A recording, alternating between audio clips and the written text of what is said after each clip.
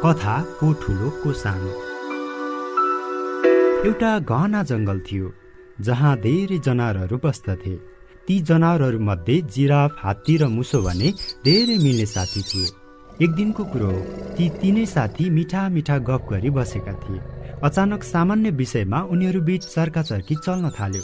को ठुलो को सानो भन्ने विषयमा विवाद चल्दा उनीहरू मध्ये कोही पनि आफूलाई सानो मान्न तयार भएन। प्रत्येकले आफूलाई नै ठुलो भनेर दाबी गरिरहेको थियो।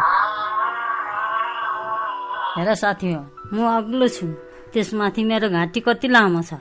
म ठुलो छु भन्ने त मलाई देखेरै थाहा हुन्छ नि। तिमीहरू म भन्दा ठुलो छु भन्ने कुरामा जिद्दी नगर। जिराफले फुर्ती लाउँदै भन्यो। हात्तीलाई सही नसक्नु भएछ क्यारे। ऊ ठुलो स्वरमा बोल्यो, बोबो जिराफ, अग्लो त म पनि छु, तिमी भन्दा थोरै कम भएर के हो, तर मसँग भए जति बल चाहिँ तिमीले कहाँबाट ल्याउँछौ नि? हेर्दा भने मरण च्यासे छौ, कुरा गर्छौ। यति भन्दै उसले छेउको सानो रुख आफ्नो सुँडले जरासहित निमोठी दिएर आफ्नो तागतको परिचय दिन खोज्यो। ए, म सानो भएर तिमीहरूले मलाई हेपेको होइन? के अग्लो अनि बलियो भए भन्दैमा तिमीहरू ठुला हुन्छौ? मौका पाए भने मेरो चतुराईले कस्ता कस्ता ठुलो काम त फत्तै गरिदिन्छु म। कति न घमण्ड गर्ने भइ खाएका। रिसको आवेगमा मुसो पनि बुरुक्क उफ्रियो। उनीहरूले अघिदेखि गरिरहेको विवाद एउटा खरायोले छेउैको झाडीमा लुकेर सुनिरहेको थियो। छिनोफानो हुने कुनै संकेत नदेखेपछि खरायो उनीहरूको अगाडि आयो।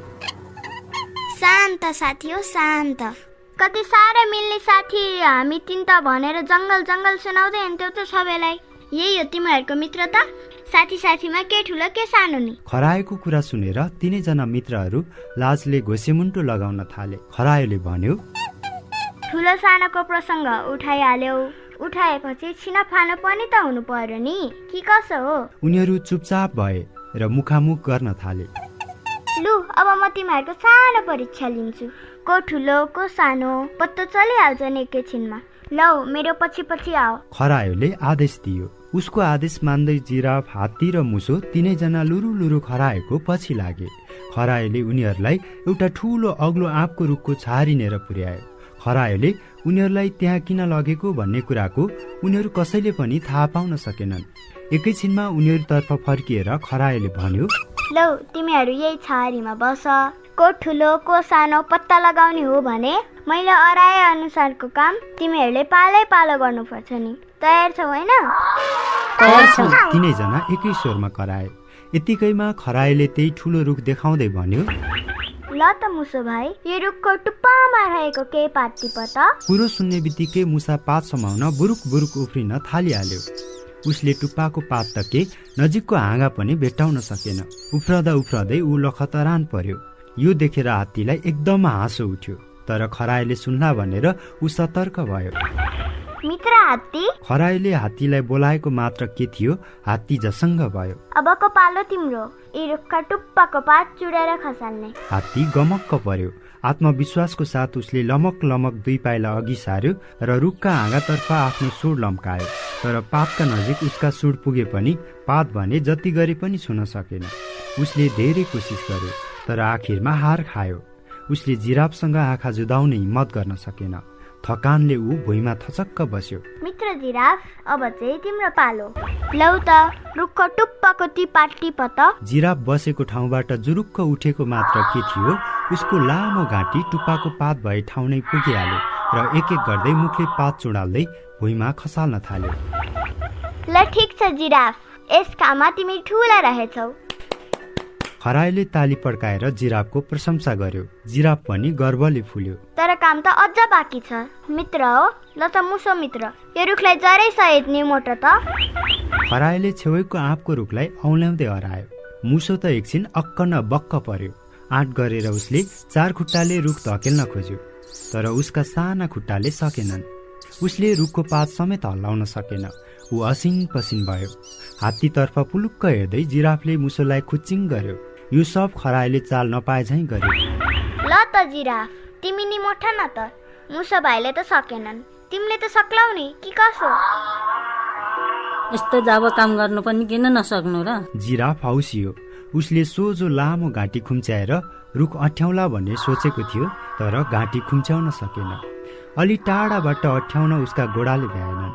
जति प्रयास गरे पनि उसले सकेन। हार खाँदै लाजले उसले शिर निहुरायो। ल हात्ती मित्र, तिमी कोसिस गर्छौ कि त? खरायोले भन्ने बित्तिकै हात्ती रुख छेउ गयो र आफ्नो सुँडले रुखलाई पहिले एक फन्को बेर्यो। हेर्दा हेर्दै पुरा शक्ति लगाएर उसले रुखलाई मुला उखेले झैँ उखेल्यो। हात्तीको यस्तो कमाल देखेर खरायोले ताली पिट्दै उसको खुब प्रशंसा गर्दै भन्यो, ल ठिक छ हात्ती, यस काममा तिमी ठुला रहेछौ। हात्तीको छाती गर्वले चौडा भयो।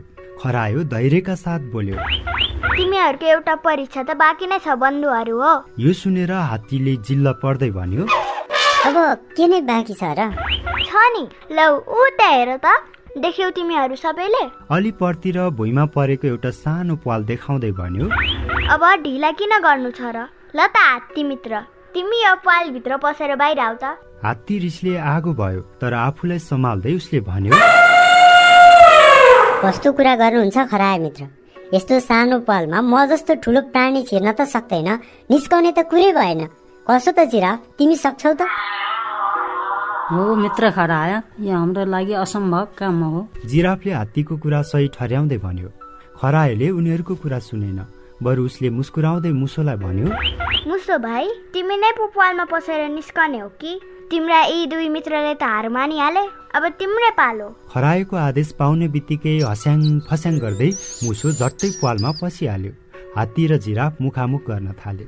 मुसो भने निकै बेरपछि मात्र पालबाट बाहिर निस्क्यो। के गरेर बस्यो हो मुसो भाइ, त्यस पालभित्र यत्तिका बेर? खरायोले मुसोलाई सोध्यो। के गर्नु थियो र? रमाइलो गर्दै गए, फेरि पाल त निकै परैसम्म रहेछ। आरामले नाच्दै गए, नाच्दै फर्किए। मुसोले ठट्यौली पारामा भन्यो। उसको कुरो सुनेर सबै गलल्ल हाँसे। खरायोले देख्ला कि भनेर हात्ती र जिराफ हाँस्दा हाँस्दै बिचैमा रोकिए। यस काममा तिमी ठुला रहेछौ मुसो भाइ। खरायोले ताली पड्काउँदै मुसोको पनि प्रशंसा गर्यो। प्रकृतिले सबैलाई केही न केही खुबी दिएकै हुन्छ। ठुलो सानो भन्ने कुरा आकार प्रकारले हुँदैन साथी हो। सबैका आफ्नो महत्त्व र विशेषता हुन्छ। त्यस हुनाले हामीले घमण्ड गरेर होइन, खुबीको प्रशंसा र सम्मान गर्न पो सिक्नुपर्छ। खरायोले उनीहरूलाई सम्झाउँदै भन्यो। खरायोको यस्तो बुद्धिमानीपूर्ण कुरा सुनेर उनीहरूको आँखा खुल्यो। उनीहरूले एक अर्काका सामु शिर झुकाएर आफ्नो गल्ती स्वीकार गरे। यस्तो नचाहिँदो कुरामा अलमल लिएर विवाद गरेर समय खेर नफाल्नु है अबदेखि मित्र। यति भन्दै खरायो बुर्लुक्क उफ्रिएर खुरुर र झाडीभित्र पस्यो। तीनैजना मित्रहरू जिल्ल परे। खरायोको विनम्रता र फुर्तीको जति प्रशंसा गरे पनि कम। खरायोको बुद्धि देखेर प्रभावित हात्तीले झाडीतर्फ फर्किँदै भन्यो। उसको कुराको जिराफ र मुसोले पनि एकै स्वरमा समर्थन गरे। एकदम ठिक भन्यो साथी। खरायोको स्फूर्तिको प्रशंसा गर्दै उनीहरू सबैले ताली पड्काए। उनीहरूले आफ्नो कुरा गरेर ताली पड्काएको आवाज खरायोले झाडी पछाडिबाट सुनिरहेको थियो। ऊ पनि खुसीले गदगद भयो।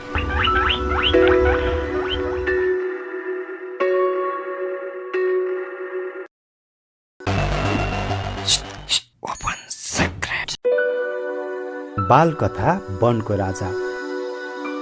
धेरै पहिलाको कुरा हो।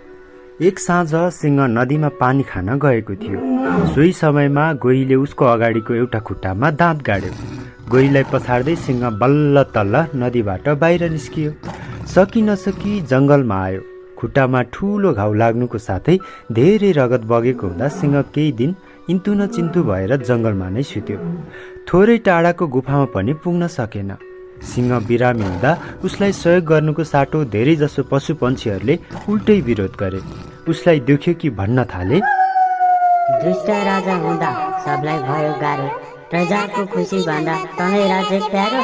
आफ्ना प्रजाहरूले बिना कारण घृणा गरेको देखेर सिंहलाई साह्रै दुःख लाग्यो। उसले सबै पशु पन्छीहरूलाई जम्मा हुन आदेश दियो। सबैजसो पशु पन्छीहरू जम्मा भएपछि सिंहले मन दुखाउँदै भन्यो, मेरो प्रिय प्रजाहरू, मैले सकेसम्म सबैको भलो हुने काम गरे झैँ लाग्थ्यो। म बिरामी हुँदा तिमीहरूले सान्त्वना दिनुको साटो मेरो विरोध गर्यो। मेरा केही भुलहरू भए सक्छौ भने माफ गर। तिमीहरू मध्ये जो राजा भए पनि सबैको भलो हुने काम गर। यो हराभरा सुन्दर जङ्गल सधैँ यस्तै होस्। तिमीहरूले दुःख नपाए मलाई पुग्छ। आजदेखि नै म यो राजपथ छोडिदिन्छु।